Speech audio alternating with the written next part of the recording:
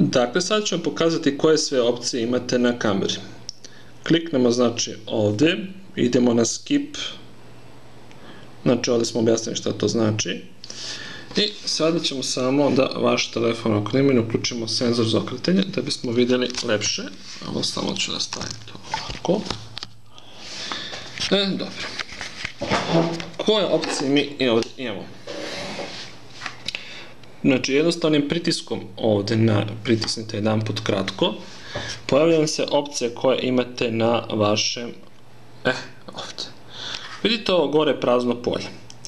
Tu zadajete u kojoj će rezoluciji da ne da snima, nego da vaš Wi-Fi sat emituje signal. Sad, tu ima mala začkoljica u smislu da koliki je vaš maksimalni upload kod internet provajdera.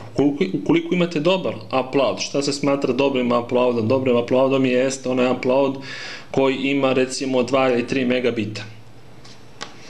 Znači 2 ili 3 megabita morate da imate upload da biste na vašem telefonu, to jest ovaj prikaz ovdje vidjeli u HD rezoluciji. Ja to imam i ja to mogu. Međutim, ukoliko nemate HD, to jest dobar upload, vi možete smanjiti rezoluciju kamere koja će se prikazivati na vašem telefonu. Znači, jednostavno ovo ovdje polje zato služi da bude low, znači možda